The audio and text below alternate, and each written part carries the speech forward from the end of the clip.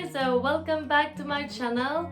If it's the first time that you're stopping by in one of my videos, welcome. My name is Alexandra. I'm a mom of two. I have a little boy who is 2 years and 8 months and a little girl who is 4 months and a half. Today's video will be a Q&A. I've asked my Instagram followers to ask me questions about pregnancy, delivery, motherhood. So I've selected some of them that I will answer in this video. So the first question is, how did your delivery go? I'm 36 weeks pregnant and I'm starting to stress about the whole thing. Any advice? My advice is, I know it's something that's easy to say but hard to do, but it's just try to not stress too much. I mean, all mothers, we all went through this stage, so I know exactly how you feel, but really try to not stress too much. My advice will be, try to enjoy every single moment until your baby comes, because I mean you're 36, so your baby can come anytime from 37 weeks, so you don't have a lot of time for yourself until the baby comes. So just take time for yourself, enjoy every single moment, enjoy some alone time, because believe me, once your baby will arrive, then you will not have a lot of time for yourself, especially like in the first weeks, few months. You will really focus on your baby, so really try to enjoy this time, this quiet time that you have for you.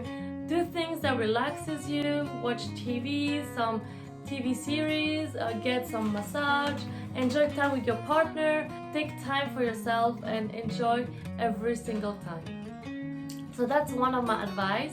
And my second advice, if it's for the delivery that you're a bit stressed, which it's totally understandable, I would say prepare yourself for anything that can happen on that day, because you know, like childbirth, it's unpredictable.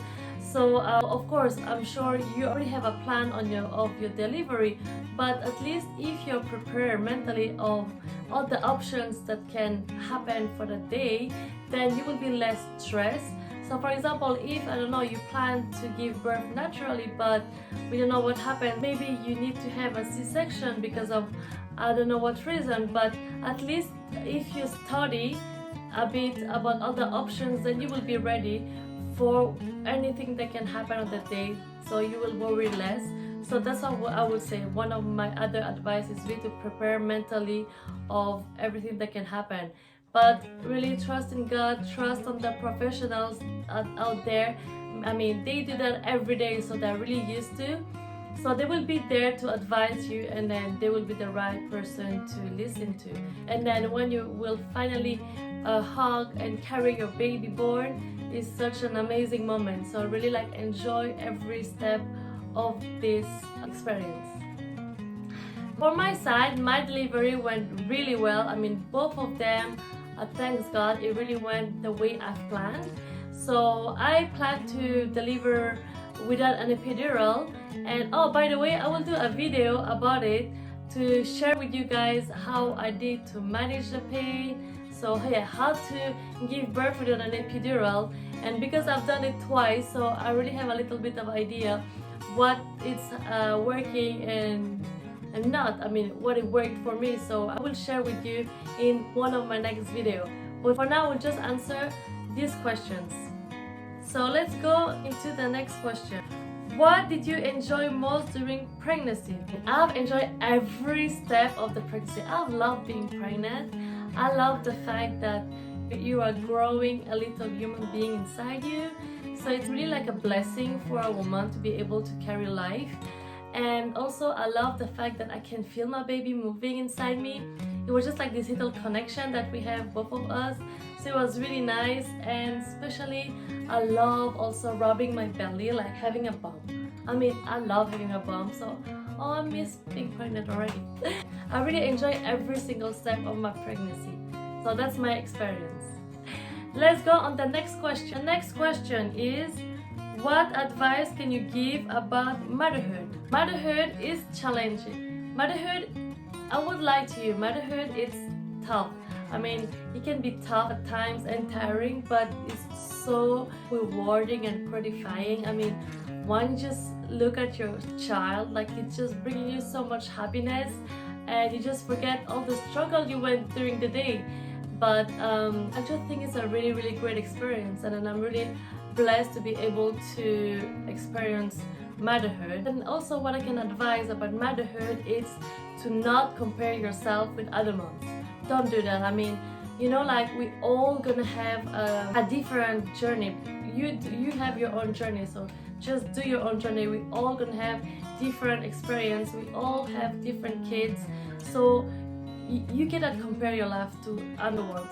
So really, like, do your own experience. You know what, like, you will hear people saying like, oh, you shouldn't do things like that, you should do it that way, and then blah blah blah and blah blah blah. So you know what, just listen to them, smile, and then don't care about it. I mean, you do your own experience. So as a mother, you have a mother instinct, so you will know what is wrong and what is right for your kid. And then, you know, like, motherhood doesn't come with a manual, so it's really like with your mother instinct. If you think that this is correct for your kid, then do it, but really don't compare yourself to other one, and don't listen what other people do. Do your own experience, just live your life. That's the advice I can give you. Let's go on the next one. How did your pregnancy go? Did you have any struggle, cravings, things you hated? As you've always looked fabulous. Oh, thank you. Well, both pregnancy went really well, thanks God. The first one, like, I really enjoyed it. I just had a little bit of lower pain, but this is normal because, you know, when you have like a weight on your bum, so like just to balance, so your lower back will hurt, but that was fine. It wasn't like a struggle. But on my next pregnancy, everything went really well until the 8th month. On the 8th month, oh my God, I started to have this sciatica and a sacroiliac pain. My gosh, it was so painful. I really don't wish this pain to anyone because it was so painful. Every time I was trying to walk, I had like this shooting pain coming from like my lower back all the way down to my foot, and it was like, oh, it was so painful. I just wanted to cry every time I was starting to walk. I just wanted to cry. And when I make a research about how to ease with those pain, because apparently this is like a common pain that pregnant women have because of the way the baby is placed in the uterus. So it's just like pressing some nerve and stuff like that. So regarding to my research, what you have to do is like, you shouldn't stay too long in the same position, and then you have to exercise. There is like some exercises to do and walk, but I couldn't even walk. I mean, every time I was walking, like I said, I just wanted to cry. I was trying to force myself to just go through my day. And then also physio really helped me. So this is my recommendation. If you have any pains like that, please comment below. If you have any question about how I ease this pain, what kind of exercise I did, or whatever I can to help you, I will be really happy to be able to do it. So that was my experience with my pregnancy.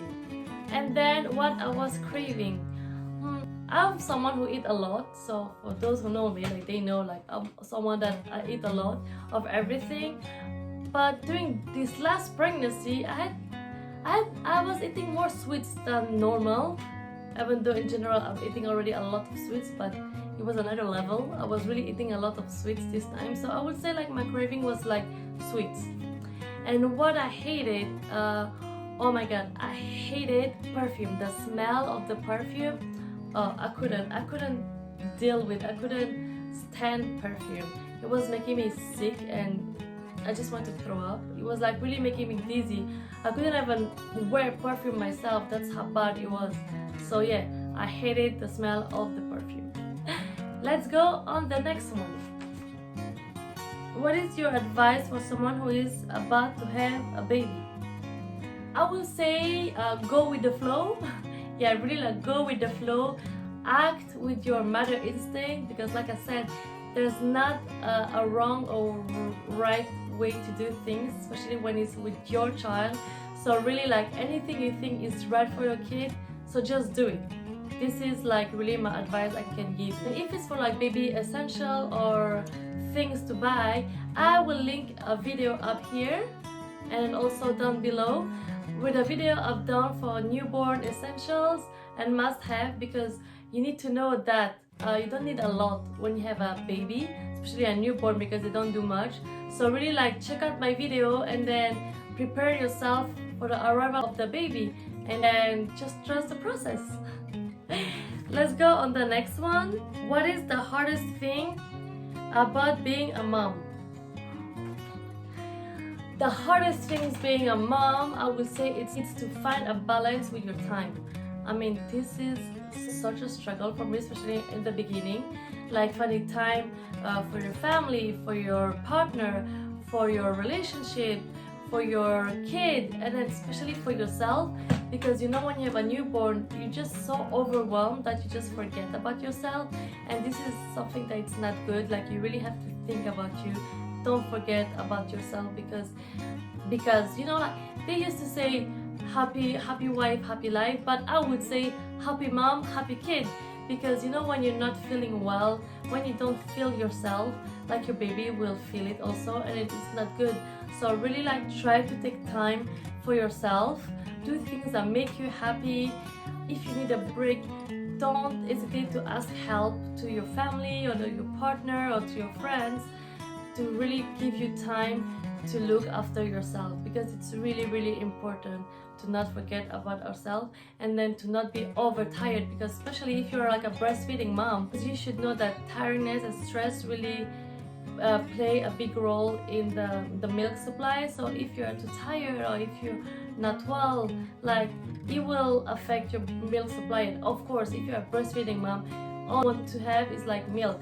So really like if you look after yourself, eat right, do everything right, then you put all the chance in your side and it will be okay. So that's my advice. And then that was the hardest part being a mom, is to find a balance. So try to find a balance, a routine, and it will be fine. It will come, it will take time, but if you can try to make it from the beginning, it's gonna be like even better. Let's go on the next question. What is something that having a child has taught you? Oof. He taught me that a parent really need a lot of patience. I've always had patience, but when you have kids, you really need like it's another level of patience that you need to have. So yeah, it taught me patience, and also it taught me the strength I didn't know I have. So it's a really good thing. Like I didn't know that I was such a strong person, and this is really good to know. And then also it taught me unconditional love. I mean, of course, you know unconditional love with your family, but when it's with your child, with your own kid, I mean, it's just such a powerful emotion or feeling. I don't know how to say. It's really big. Like love doesn't have any limits. You can be overtired, be upset. You will always do something for this someone without even questioning yourself, like without limits. So really, like it will show you like how unconditional love is. So yeah, you really taught me that. Let's go on the next one. Do you still want more kids? Well, I've always loved big family. I'm really a family person. I've always wanted to have like 5 kids, but I don't have 2. Wait, let me rethink about it. No, I'm kidding, but like I have a boy and a girl, so I'm really happy with what I have. So if I stop here, I'm okay. But if I still have more kids, I'm not against it. So let's see. Let's answer a last question. Is it better to give birth with an epidural or without? This is a bit a tricky question, because it's more like a personal decision, I would say. So I cannot tell you what is better between these two. What I would suggest, you write a list with the pros and then the cons of giving birth with an epidural and without it, and then you see which one will fit more your ideal delivery. So for example, like I've done a list and then I've decided to give birth with an epidural, but this was my opinion, and then this was my personal opinion. And that's it, guys. I'm gonna stop here with all the questions. I really hope this video will be helpful for you, and then it also helps you to know more about me, the way I think.